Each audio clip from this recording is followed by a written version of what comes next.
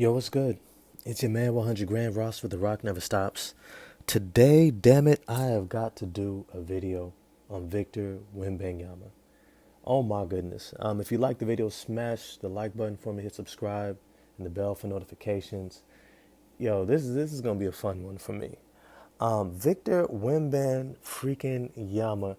I think I'm just gonna start calling him the-Vic. The-Vic.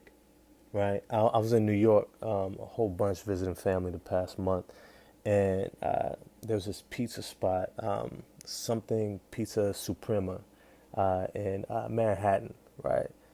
And I mean, it was just fire. It was just, oh my goodness, just everything I was getting there. I was just multiple slices, just nonstop, right?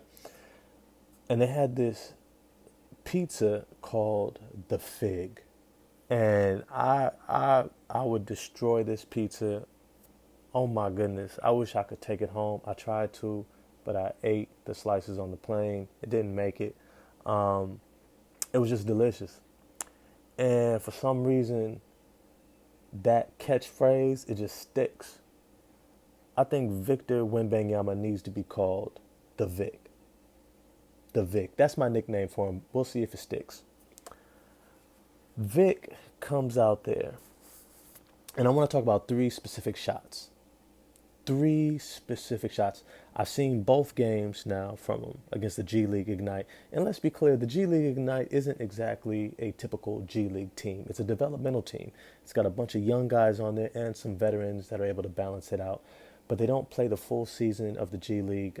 They don't have the same type of competitive expectations. But they have some talent. And so it's still a good gauge of what Victor Wembanyama can do.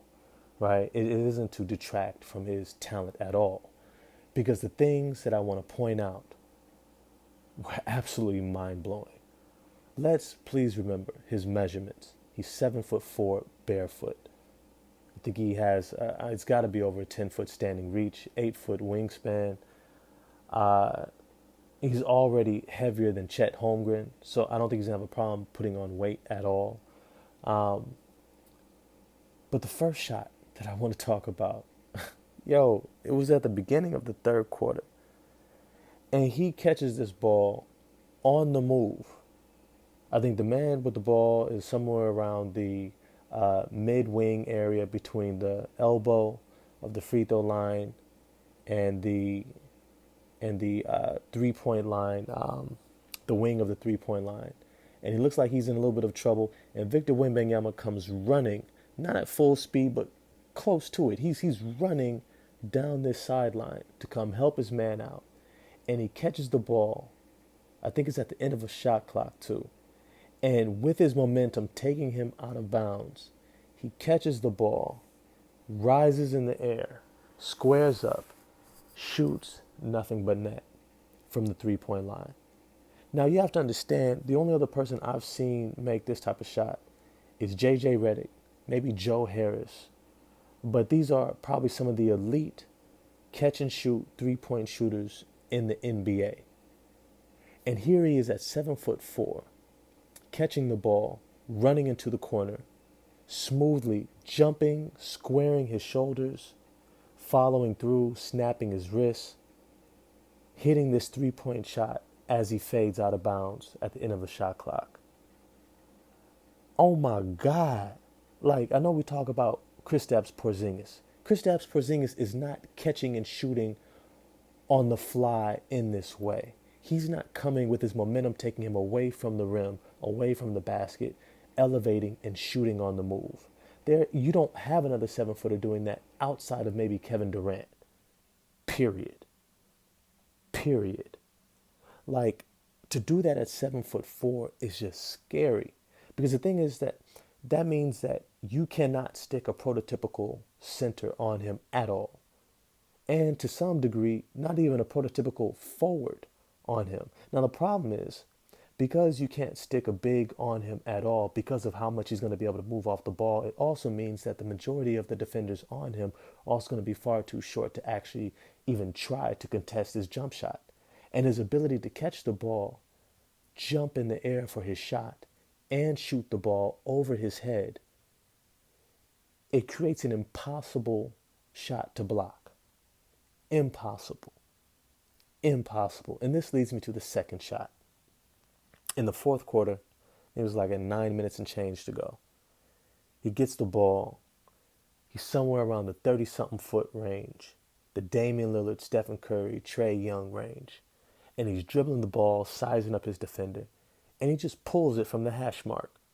They have a little hash mark on the side of the court. He's maybe about 10 feet from the NBA three-point line. And he just nails this three-pointer. I mean, of course, he's feeling himself. He just dropped 37 the other night. He's on his way to 36 in the second back-to-back game. And just to see that he had the audacity to shoot that on this stage, in this platform, knowing all eyes are on him, guaranteed there's 10 times as many eyes on him for this second game than there was the first game because of what we saw in the first game, to see if he was going to follow it up. To follow it up and to take this type of shot, you have to understand what you're seeing is the confidence level inside of an extreme, immense talent growing right in front of our eyes. What that shot told me, it reminded me of when Stephen Curry pulled a three-pointer from a similar spot against the Oklahoma City Thunder when they had Russell Westbrook and Kevin Durant. And it was a back-and-forth game, really kind of a game to assert who's going to be the dominant force in the Western Conference. Oklahoma City Thunder, we're going to be pushing the Warriors, trying to knock them out in the playoffs. And this is one of the late regular season games. And here comes Stephen Curry, end of the game clock. There's like maybe seconds to go.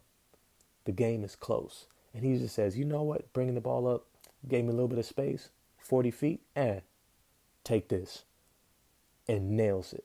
It was that type of arrogant, irrational confidence that only the greats have. And to see a 7'4" forward wing do that at the age of, 18, 19 years old? To be able to hit that type of a shot is it's mind-blowing. It's mind-blowing. It's just flat out mind-blowing. Now, the third shot I want to talk about is when he catches it in the Kevin Durant territory. Kevin Durant loves to catch the ball right around the elbow, where he's able to turn, shoot right over the top, take one dribble, floater, pull up. He can back you down a little bit to get a better position on that little short wing area. But he catches the ball against his defender, right? And first, what's impressive is that he's attacking a defender that's much shorter than him. That's significantly shorter, probably somewhere around 6'4", 6'5", 6'3", something like that, right? But has a good amount of girth on him. Not PJ Tucker girth, but, he's probably solid enough. He wouldn't be described as a thin defender, right? Strong enough to try to keep him from being able to get around him to the basket. But Victor Wembanyama was able to handle the ball well enough as he tried to back him down from his position to, one, not get picked, right? To be able to handle against a guard a whole foot shorter than you, right? Says that you have a certain level of confidence about your ball handling, and he respects your ball handling enough because he didn't even go for it, right? Not just that you completely just almost dwarfed him and erased him from the screen, right? But you also were able to handle the ball well enough to that he couldn't even use his advantage of leverage to be able to gain an advantage over him to try to dig into the ball and knock it away. Now, as he backs him down, he's not able to really get depth towards the rim, but what he is able to do is to change his positioning so that when he comes back towards that elbow, he rises right over the top, a la Kevin Durant, and shoots right over the top of him, nothing but net from 15 feet. Being able to hit that type of a shot, these are the type of shots that the big-time professional scorers of the NBA have in their bag. These are the shots that they put in terms of this is what we're going to consistently do. This is how I'm going to get to my 25 to 30 points a game. This is how I'm going to be a scoring leader in the NBA. I know how to get my easy shots. I don't have to work hard every single time. I don't have to back you down every single time. I don't have to take you off the dribble every single time. I just need to get to my spot. If I catch the ball here, it's a bucket. It's a bucket, and there's nothing you can do. And he has that shot already. Now that he has a whole other year, whole other season to refine these shots, it's just going to be scary. It's going to be scary. It's going to be, by the time that he gets into the NBA, his bag is going to be so deep.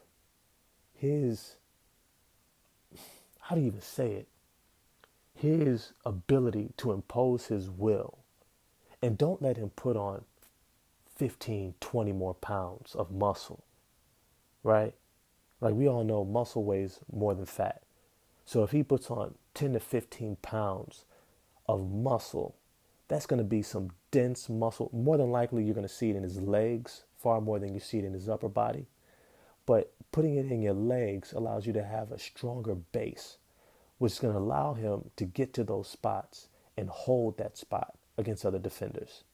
Now, I can't wait to see it because it's going to be one of those things where it's literally going to be a pick your poison. It's how do you have a more agile, more athletic, better shooting version, a taller version of Kristaps Porzingis, who has a better handle closer to a Kevin Durant, but also has this freakish length as he runs the court, closer to like a Giannis Antetokounmpo. Like what he's going to be able to do when he gets to the NBA is mind-boggling. My only thing is I hope he doesn't go to a franchise that doesn't know what to do with him. I hope he ends up in San Antonio. I hope he ends up, on a team that barely misses the playoffs. I definitely hope he doesn't go to Charlotte. I definitely hope he doesn't go to Utah.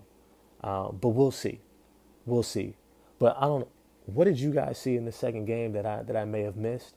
I know he had some great blocks, dunks, stuff like that. To me was just like, yeah, of course. I mean, at this point, we just expect that with that wingspan, he's gonna block some shots, right? I really like that transition dunk that he had, a couple of them, where he's using his athleticism.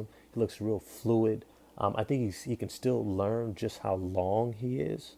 I think that's another step he has as well because he was able to actually take off probably sooner than he actually did in that transition dunk off of that steal and kick out.